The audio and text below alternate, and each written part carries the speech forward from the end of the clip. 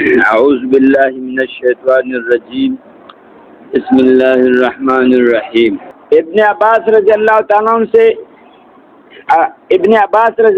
عنہ کہتے ہیں کہ حضور اکرم صلی اللہ علیہ وسلم سے کسی نے پوچھا کہ بہترین اعمالوں میں سے کون سا عمل ہے؟ آپ صلی اللہ علیہ وسلم نے ارشاد فرمایا کہ حال مرتحل۔ لوگوں نے پوچھا کہ حال مرتحل کیا چیز ہے؟ حضور صلی اللہ علیہ وسلم نے ارشاد فرمایا کہ وہ صاحب قرآن ہے جو اول سے چلے حتیٰ کہ آخر تک پہنچے اور آخر کے بعد پھر اول پر پہنچے، جہاں ٹھہرے پھر آگے چل دے۔ سعید بن سلیم رحمۃ اللہ علیہ حضور صلی اللہ علیہ وسلم کا ارشاد نقل کرتے ہیں کہ قیامت کے دن اللہ کے نزدیک کلام پاک سے بڑھ کر کوئی سفارش کرنے والا نہ ہوگا، نہ کوئی نبی نہ فرشتہ۔ حضور اکرم صلی اللہ علیہ وسلم کا ارشاد ہے کہ جب نماز کا وقت آتا ہے تو ایک فرشتہ اعلان کرتا ہے کہ اے آدم کے اولاد، اٹھو اور جہنم کے اس آگ کو جسے تم نے گناہوں کی بدولت اپنے اوپر جلانا شروع کر دیا ہے بجھاؤ۔ چنانچہ دیندار لوگ اٹھتے ہیں، وضو کرتے ہیں۔ اعوذ باللہ من الشیطان الرجیم بسم اللہ الرحمن الرحیم۔ حضرت حذیفہ رضی اللہ تعالیٰ عنہ ارشاد فرماتے ہیں کہ نبی اکرم صلی اللہ علیہ وسلم کو جب کوئی سخت امر پیش آتا تھا تو نماز کی طرف فوراً متوجہ ہوتے تھے۔ حضرت حذیفہ رضی اللہ تعالیٰ عنہ ارشاد فرماتے ہیں کہ نبی اکرم صلی اللہ علیہ وسلم کو جب کوئی سخت امر پیش آتا تھا تو نماز کی طرف فوراً متوجہ ہوتے تھے۔ حضور اکرم صلی اللہ علیہ وسلم کا ارشاد ہے کہ حق تعالیٰ شانہ نے یہ ارشاد فرمایا کہ میں نے تمہارے امت پر 5 نمازیں فرض کی ہیں اور اس کا میں نے اپنے لیے عہد کر لیا ہے کہ جو شخص ان 5 نمازوں کو ان کے وقت پر ادا کرنے کا اہتمام کرے اس کو اپنی ذمہ داری پر جنت میں داخل کروں گا، اور جو ان نمازوں کا اہتمام نہ کرے تو مجھ پر اس کی کوئی ذمہ داری نہیں۔ حضور اکرم صلی اللہ علیہ وسلم کا ارشاد ہے کہ حق تعالیٰ شانہ یہ ارشاد فرمایا کہ میں نے تمہاری امت پر 5 نماز فرض کی ہیں اور اس کا میں نے اپنے لیے عہد کر لیا ہے کہ جو شخص ان 5 نمازوں کے ان کو وقت پر ادا کرنے کا اہتمام کرے اس کو اپنی ذمہ داری پر جنت میں داخل کروں گا، اور جو ان نمازوں کا اہتمام نہ کرے تو مجھ پر اس کی کوئی ذمہ داری نہیں۔ ایک دوسری حدیث میں یہ مضمون اور وضاحت سے آیا ہے کہ حق تعالیٰ شانہ 5 نمازیں فرض فرمائے ہیں، جو شخص ان میں لاپرواہی سے کسی قسم کو کوتاہی نہ کرے، اچھی طرح وضو کرے اور وقت پر ادا کرے، خشوع وضو سے پڑھے، حق تعالیٰ شانہ کا عہد ہے کہ اس کو جنت میں داخل کروں گا، ان کو جنت میں داخل فرمائیں گے۔ اور جو شخص ایسے نہ کرے اللہ تعالیٰ کا کوئی عہد اس سے نہیں، چاہے اس کے معذرت فرمائے چاہے عذاب دے۔ کتنی بڑی فضیلت ہے نماز کی کہ اس کے اہتمام سے اللہ تعالیٰ اللہ کے عہد میں اور ذمہ داری میں آدمی داخل ہو جاتا ہے۔ ہم دیکھتے ہیں کہ کوئی معمولی سا حاکم یا دولت مند کسی شخص کو اطمینان دلا دے یا کسی مطالبے کا ذمہ دار ہو جائے یا کسی قسم کی ضمانت کر لے تو وہ کتنا مطمئن اور خوش ہوتا ہے، اور اس حاکم کا کس قدر احسان مند اور گرویدہ بن جاتا ہے۔ یہاں ایک معمولی عبادت پر جس میں کوئی مشقت بھی نہیں، مالک الملک جو جہاں کا بادشاہ عہد کرتا ہے، پھر بھی لوگ اس چیز سے غفلت اور لاپرواہی کرتے ہیں۔ اس میں کسی کا کیا نقصان ہے؟ اپنی ہی کم نصیبی اور اپنی ہی ضرر ہے۔ ایک صحابی رضی اللہ تعالیٰ عنہ فرماتے ہیں کہ ہم لوگ لڑائی میں جب خیبر کو فتح کر چکے تو لوگوں نے اپنے مال غنیمت کو نکالا جس میں متفرق سامان تھا اور قیدی تھے، اور خرید اور فروخت شروع ہو گئی کہ ہر شخص اپنے ضروریات خریدنے لگا اور زائد چیزیں فروخت کرنے لگا۔ اتنے میں ایک صحابی رضی اللہ تعالیٰ حضور صلی اللہ علیہ وسلم کے خدمت میں حاضر ہوئے اور عرض کیا، یا رسول اللہ، مجھے آپ کی اس تجارت میں اس قدر نفع ہوا کہ ساری جماعت میں سے کسی کو بھی اتنا نفع نہیں مل سکا۔ حضور صلی اللہ علیہ وسلم نے تعجب سے پوچھا کتنا کمایا؟ انہوں نے عرض کیا کہ حضور میں سامان خریدتا رہا اور بیچتا رہا جس میں 300 اوقیاں چاندی نفع میں بچی۔ حضور صلی اللہ علیہ وسلم نے ارشاد فرمایا میں تمہیں بہترین نفع کی چیز بتاؤں؟ انہوں نے عرض کیا حضور ضرور بتائیں۔ ارشاد فرمایا فرض نماز کے بعد 2 رکعت نفل۔ حضور صلی اللہ علیہ وسلم کا ارشاد ہے کہ اللہ جل شانہ نے میری امت پر سب چیزوں سے پہلے نماز فرض کی ہے اور قیامت میں سب سے پہلے نماز ہی کا حساب ہوگا۔ نماز کے بارے میں اللہ سے ڈرو، نماز کے بارے میں اللہ سے ڈرو، نماز کے بارے میں اللہ سے ڈرو۔ آدمی کے اور شرک کے درمیان نماز ہی حامل ہے۔ اسلام کی علامت نماز ہے۔ جو شخص دل کو فارغ کر کے اور اوقات اور استحباب کی رعایت رکھ کر نماز پڑھے وہ مومن ہے۔ حق تعالیٰ شانہ نے کوئی چیز ایمان اور نماز سے افضل فرض نہیں کی۔ اگر اس سے افضل کسی اور چیز کو فرض کرتے تو فرشتوں کو اس کا حکم دیتے۔ فرشتے دن رات کوئی رکوع میں ہے کوئی سجدے میں۔ نماز دین کا ستون ہے۔ نماز شیطان کا منہ کالا کرتی ہے۔ نماز مومن کا نور ہے۔ نماز افضل جہاد ہے۔ جب آدمی نماز میں داخل ہوتا ہے تو حق تعالیٰ شانہ اس کی طرف پوری توجہ فرماتے ہیں، اور جب وہ نماز سے ہٹ جاتا ہے تو وہ بھی توجہ ہٹا لیتے ہیں۔ جب کوئی آفت آسمان سے اترتی ہے تو مسجد کے آباد کرنے والوں سے ہٹ جاتی ہے۔ اگر آدمی کسی وجہ سے جہنم میں جاتا ہے تو اس کی آگ سجدے کی جگہ کو نہیں کاٹی۔ اللہ نے سجدے کی جگہ کو آگ پر حرام فرما دیا ہے۔ سب سے زیادہ پسندیدہ عمل اللہ کی نزدیک وہ نماز ہے جو وقت پر پڑھی جائے۔ اللہ جل شانہ کو آدمی کے سارے حالاتوں میں سب سے زیادہ پسند یہ ہے کہ اس کو سجدے میں پڑا ہوا دیکھے کہ پیشانی زمین سے رگڑ رہا ہے۔ اللہ جل شانہ کے ساتھ آدمی کو سب سے زیادہ قرب سجدے میں ہے۔ اللہ جل شانہ کے ساتھ آدمی کو سب سے زیادہ قرب یعنی نزدیک والے سجدے میں ہے۔ جنت کی کنجی نماز ہے۔ جب آدمی نماز کے لیے کھڑا ہوتا ہے تو جنت کے دروازے کھل جاتے ہیں اور اللہ جل شانہ کے اور اس نمازی کے درمیان پردے ہٹ جاتے ہیں جب تک کہ کانسی وغیرہ میں مشغول نہ ہو۔ اس لیے نماز میں کانسی وغیرہ دبایا کرو، کانسی نہ کرو۔ کوئی غلط کرتا ہے، کوئی کیا کرتے ہیں تو کانسی اور یا اپنے آپ کو کچانا، کوئی ہاتھوں کو آستینوں کو نیچے اوپر کرتے ہیں تو یہ اچھا نہیں ہے۔ دیکھو کیا فرماتے ہیں، جب آدمی نماز کے لیے کھڑا ہوتا ہے تو جنت کے دروازے کھل جاتے ہیں اور اللہ جل شانہ کے اور اس نمازی کے درمیان پردے ہٹ جاتے ہیں جب تک کہ کانسی وغیرہ میں مشغول نہ ہو۔ نماز شہنشاہ کا دروازہ کٹکھٹاتا ہے اور یہ وعدہ ہے کہ جب دروازہ کٹکھٹاتا ہی رہے تو کھلتا ہی ہے۔ نماز کا مرتبہ دین میں ایسا ہی ہے جیسے سر کا درجہ ہے بدن میں۔ نماز کا مرتبہ دین میں ایسا ہی ہے جیسا کہ سر کا درجہ بدن میں ہے۔ نماز دل کا نور ہے، جو اپنے دل کو نورانی بنانا چاہے نماز کے ذریعے بنا لے۔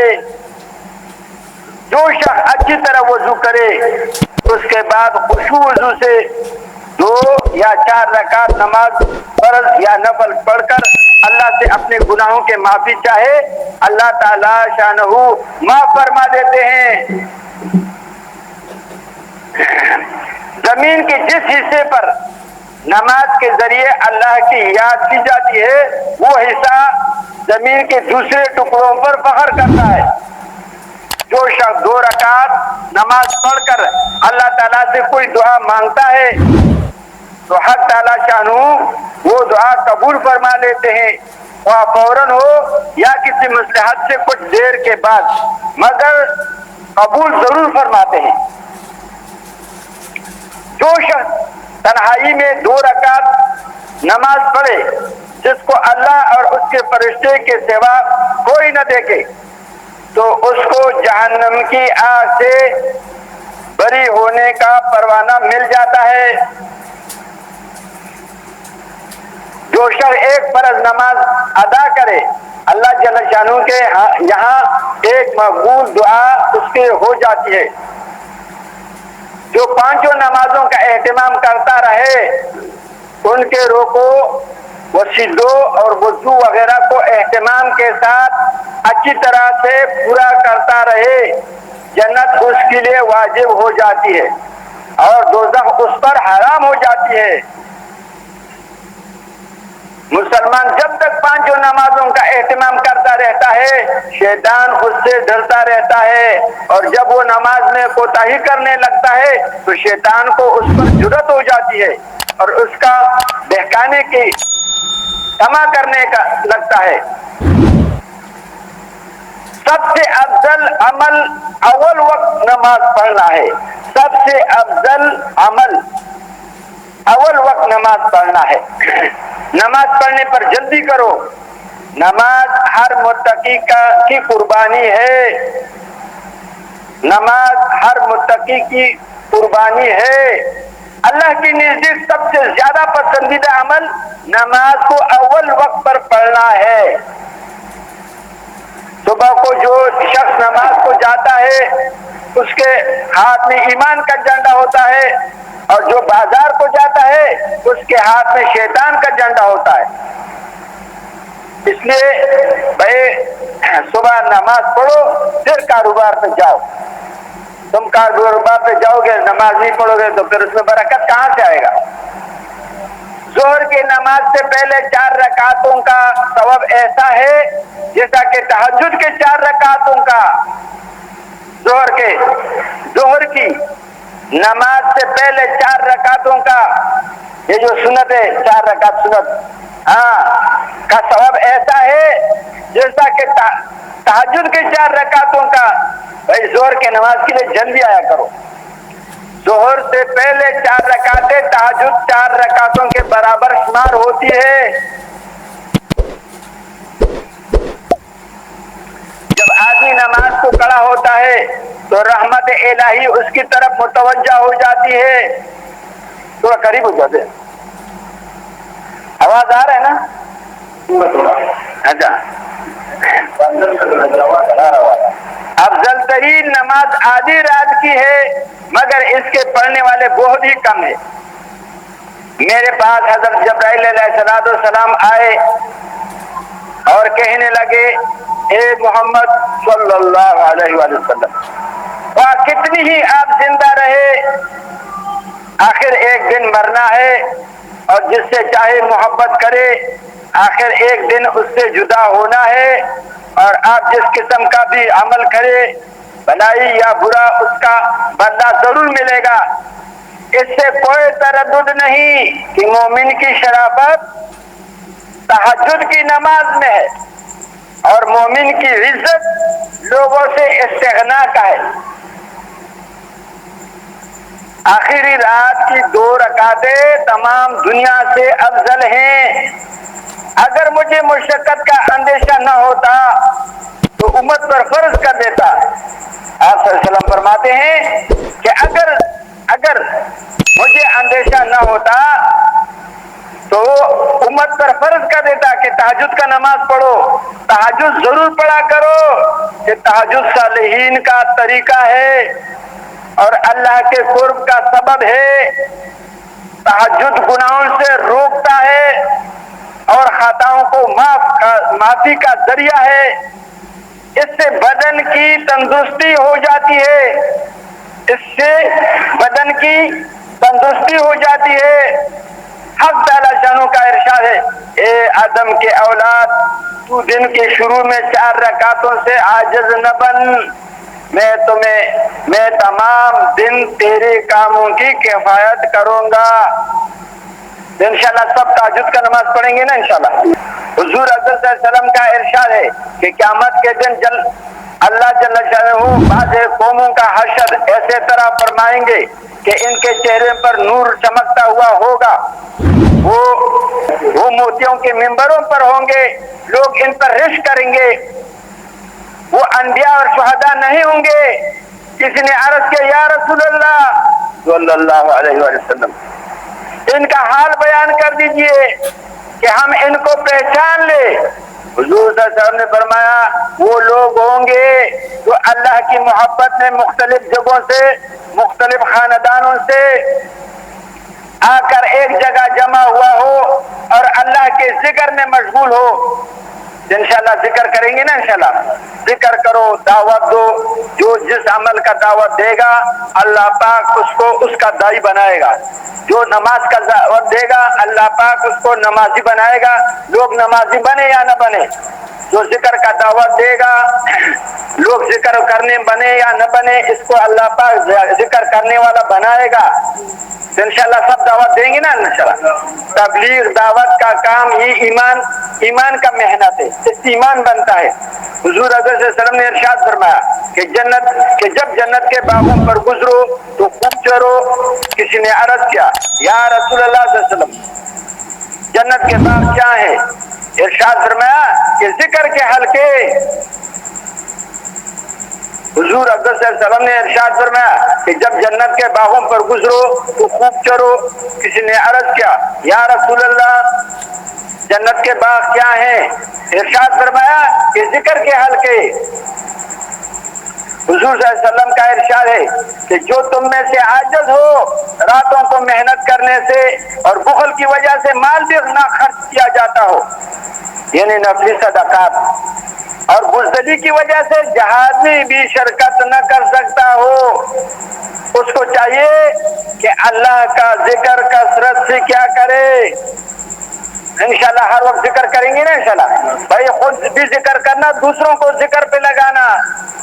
آپ دوسروں کو ذکر پہ لگائے گا، آپ سوئے رہیں گے، لوگ ذکر کریں گے، آپ کو اجر ملے گا۔ آپ قبروں میں ہوں گے، لوگ ذکر کریں گے، آپ کو اس کا اجر ملے گا۔ حضور اکرم صلی اللہ علیہ وسلم کا ارشاد ہے کہ اللہ کا ذکر ایسے کثرت سے کیا کرو کہ لوگ مجنون کہنے لگے، کہ لوگ کہے یہ مجنون ہے۔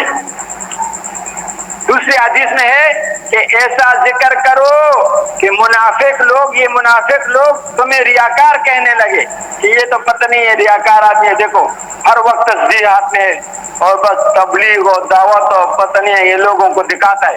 ہاں ان لوگوں کے بولنے پہ ذکر بند نہ کرو، ہر ٹائم ذکر کرو، تو انشاءاللہ سب ذکر کریں گے نا انشاءاللہ۔ حضور اکرم صلی اللہ علیہ وسلم کا ارشاد ہے کہ حضور اکرم صلی اللہ علیہ وسلم کا ارشاد ہے کہ اللہ کا ذکر ایسے کثرت سے کیا کرو کہ لوگ مجنون کہنے لگے۔ دوسری حدیث میں ہے کہ ایسا ذکر کرو کہ منافق لوگ تمہیں ریاکار کہنے لگے۔ اس حدیث سے یہ بھی معلوم ہوا کہ منافقوں کی یا بے وقوفوں کی ریاکار کہنے یا مجنون کہنے سے ایسے بڑی دولت چھوڑنا نہ چاہیے، بلکہ اس کثرت اور اہتمام سے کرنا چاہیے کہ یہ لوگ تمہیں پاگل سمجھ کر تمہارا پیچھا چھوڑ دے۔ اور مجنون جب ہی کہا جائے گا جب نہایت کثرت سے اور زور سے ذکر کیا جائے، آہستہ میں یہ بات نہیں ہو سکتی۔ ابن کثیر رحمۃ اللہ علیہ نے حضرت عبداللہ بن عباس رضی اللہ تعالیٰ سے نقل کیا ہے، وہ فرماتے ہیں حق تعالیٰ شانہ نے کوئی چیز بندوں پر ایسے فرض نہیں فرمائی جس کا کوئی حد مقرر کر دی ہو اور پھر اس کے عذر کو قبول نہ فرما لیا ہو بجز اللہ کے ذکر کے، کہ نہ اس کے کوئی حد مقرر فرمائی ہے اور نہ عقل رہنے تک کسی کو معذور قرار دیا۔ چنانچہ ارشاد ہے اذکر اللہ ذکر کثیرن، اللہ کا ذکر، اللہ جل شانہ کا خوب کثرت سے ذکر کیا کرو، رات میں دن میں جنگل میں، دریا میں، سفر میں، حضر میں، فقر میں، دننگری میں، بیماری میں، صحت میں، آہستہ اور پکارو، زور سے، آرام سے، دل میں اور ہر حال میں۔ انشاءاللہ سب ذکر کریں گے نا انشاءاللہ، اور انشاءاللہ سب تبلیغ میں جائیں گے نا انشاءاللہ۔ لوگوں کو ذکر پہ لگانا ہے، تبلیغ میں جا کر انشاءاللہ لگائیں گے نا انشاءاللہ۔ جو شخص آخرت کے کھیتی کا طالب ہو ہم اس کے کھیتی میں ترقی دیں گے، اور جو دنیا کے کھیتی کا طالب ہو ہم اس کو کچھ دنیا دے دیں گے اور آخرت میں اس کا کچھ حصہ نہیں۔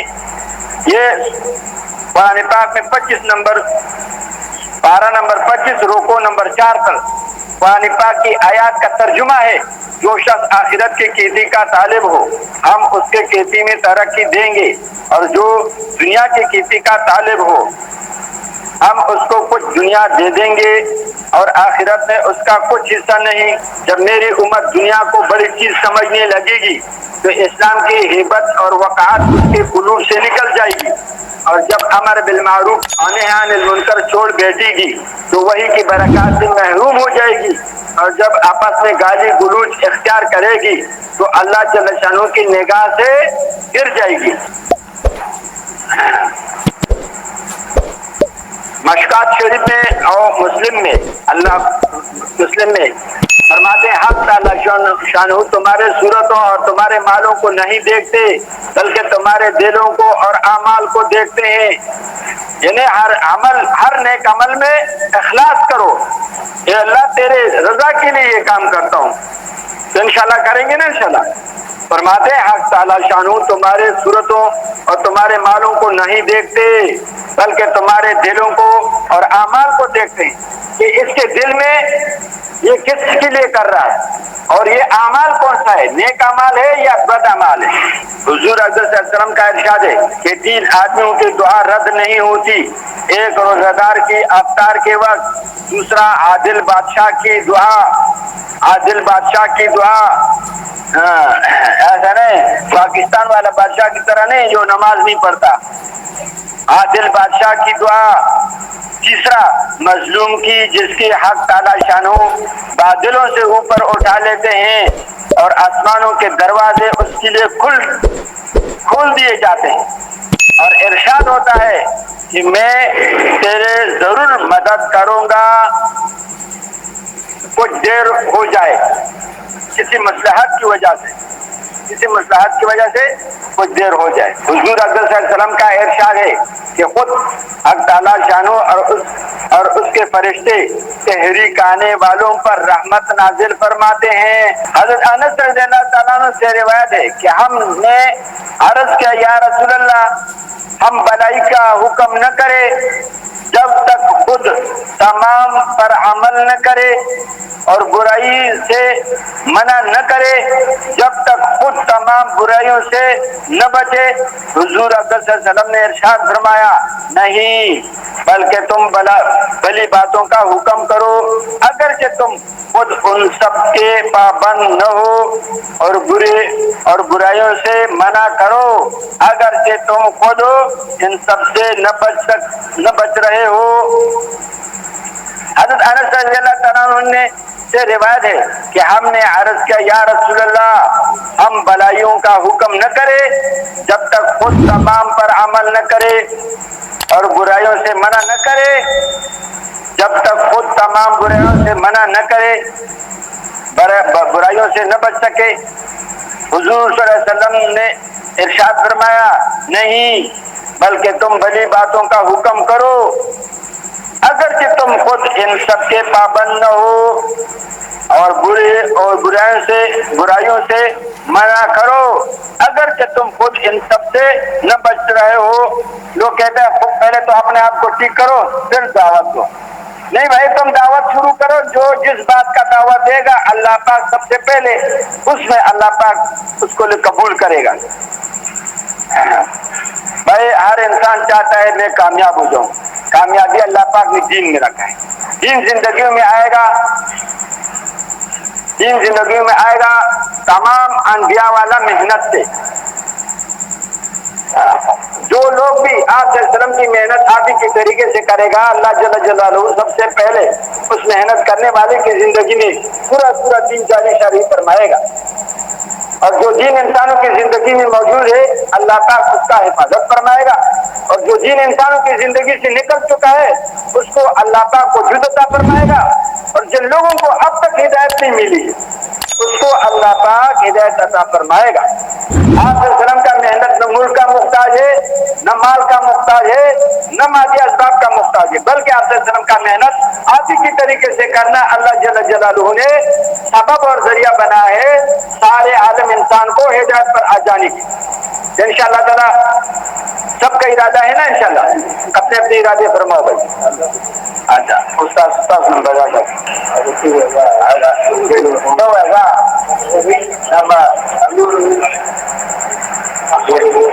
الہ الا اللہ محمد رسول اللہ، کلمے کا لفظی معنی ہے اللہ کے سوا کوئی عبادت کے لائق نہیں، محمد صلی اللہ علیہ وسلم اللہ کے رسول ہے۔ کلمے کا مقصد ہے اللہ سے سب کچھ ہونے کا یقین، مخلوق سے کچھ نہ ہونے کا یقین ہمارے اور آپ کے دلوں میں آ جائے، اور حضور صلی اللہ علیہ وسلم کے نورانی طریقوں پر چل کر دونوں جہانوں کی کامیابی کو یقین، اور حضور صلی اللہ علیہ وسلم کے نورانی طریقوں سے ہٹ کر دونوں جہانوں کی ناکامیوں کا یقین ہمارے اور آپ کے دلوں میں آ جائے۔ کلمے کے دو بہت سی فضیلت ہے، ایک فضیلت یہ ہے جو بندہ 100 مرتبہ اس کلمے کا ورد کرے گا تو قیامت کے دن اللہ پاک اس کے قبر سے ایسے اٹھائے گا اس کو، اس کا چہرہ 24 چاند رات جیسا چمکتا ہوا ہوگا۔ اس کلمے کو ہم نے پڑھ لیا تو اللہ رب العزت کے تمام احکامات ہم پر فرض ہو گئے، جس میں سب سے پہلے نماز ہے، نماز دین کا ستون ہے، نماز مومن کا معراج ہے، نماز افضل جہاد ہے، نماز حضور صلی اللہ علیہ وسلم کے آنکھوں کا ٹھنڈک ہے۔ ایسے نمازوں کو بہتر بنانے کے علم کی ضرورت ہے، علم ہر مرد و عورت پر فرض ہے کہ وہ پاکی ناپاکی، جائز ناجائز، حلال حرام کا پہچان کر سکے۔ اس وقت ہمارے اللہ رب العزت کا کیا حکم ہے اور حضور صلی اللہ علیہ وسلم کے کیا طریقے ہیں۔ علم کا ایک باب سیکھنا 1000 نوافل سے افضل ہے، اور قرآن شریف کا ایک آیات سیکھنا 100 رکعت سے افضل ہے۔ ذکر کرنے والا کا مثال زندہ جیسا ہے، اور ذکر نہ کرنے والا کا مثال مردہ جیسا ہے۔ ذکر کے 3 تسبیحات سے تیسرا کلمہ درود شریف استغفار، اور صبح شام 100 مرتبہ یہ ذکر کریں گے تو اللہ پاک ہمیں ذاکرین میں شمار کرے گا۔ ذاکرین ہر سے مسکراتے جنت میں چلے جائیں گے، ان کو کوئی افسوس نہیں ہوا بغیر ایک گھڑی کے کو وہ بغیر ذکر کے گزرے ہو۔ تو ہمیں چاہیے کہ ہم ہر وقت ذکر کریں، اس کے ساتھ اکرام مسلم ہے، ہم خود بھی اچھے کام کریں اور دوسروں کو بھی اچھے کام کریں۔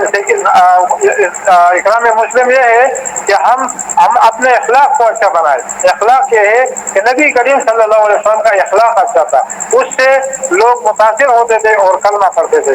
ہمارا اخلاق ایسے ہونے چاہیے کہ ہمارے پڑوسی ہم سے جو ہے نا پریشان نہ ہو، ہمارے پڑوسی ہم سے خوش ہو، تو ہمارا جو ہے اخلاق اچھا ہوگا۔ اور بچوں پر شفقت کرو اور بڑوں کا ادب کرو، علماء دین کا قدر کرو۔ حضور صلی اللہ علیہ وسلم کا ارشاد مفہوم ہے یہ 3 صفات جس میں نہیں ہوں گے وہ ہمارے میں سے نہیں ہے۔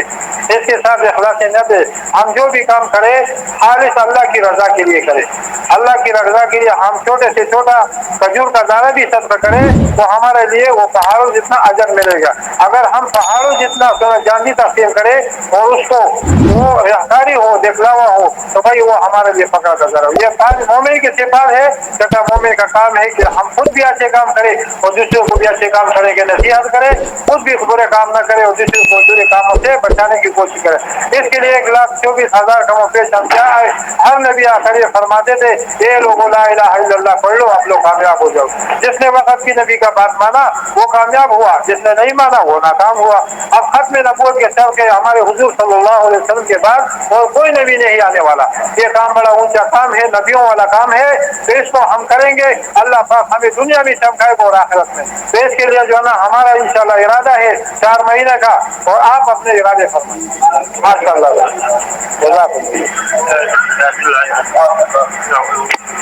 اللهم صل على محمد وعلى ال محمد كما صليت على ابراهيم وعلى ال ابراهيم، اللهم بارك على محمد وعلى ال محمد كما باركت على ابراهيم وعلى ال ابراهيم یا اللہ ہمارے چھوٹے چھوٹے اعمال اپنے دربار میں قبول فرما. یا اللہ ہمارے پچھلے سارے بڑے چھوٹے سب گناہوں کو معاف فرما. باقی زندگی تیرے احکامات نبی کی طریقوں پر چلنے کی توفیق عطا فرما. اللہ سارے انسانوں کو ہدایت عطا فرما. سارے مسلمانوں کو اپنی دین کے لیے قبول فرما. بابا آدم علیہ السلام سے لے کر ابھی تک جو لوگ دنیا سے چلے گئے ہیں ذرا پر ایمان لے کے گئے سب کی مغفرت فرما. سب کے درجوں کو بلند فرما.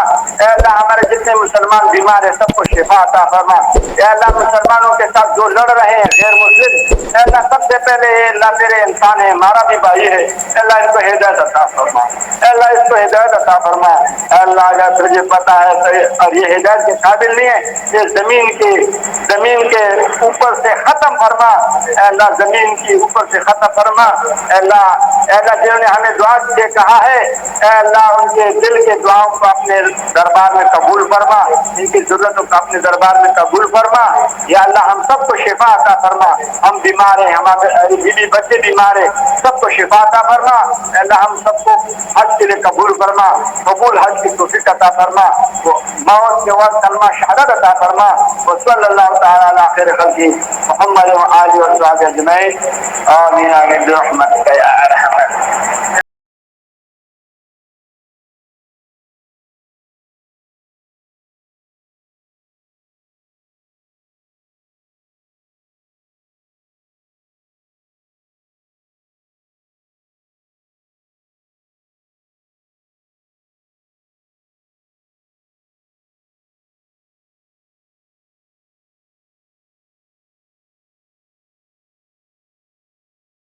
جانو رب کی عبادت روز کرو تم، ذکر و تلاوت روز کرو تم.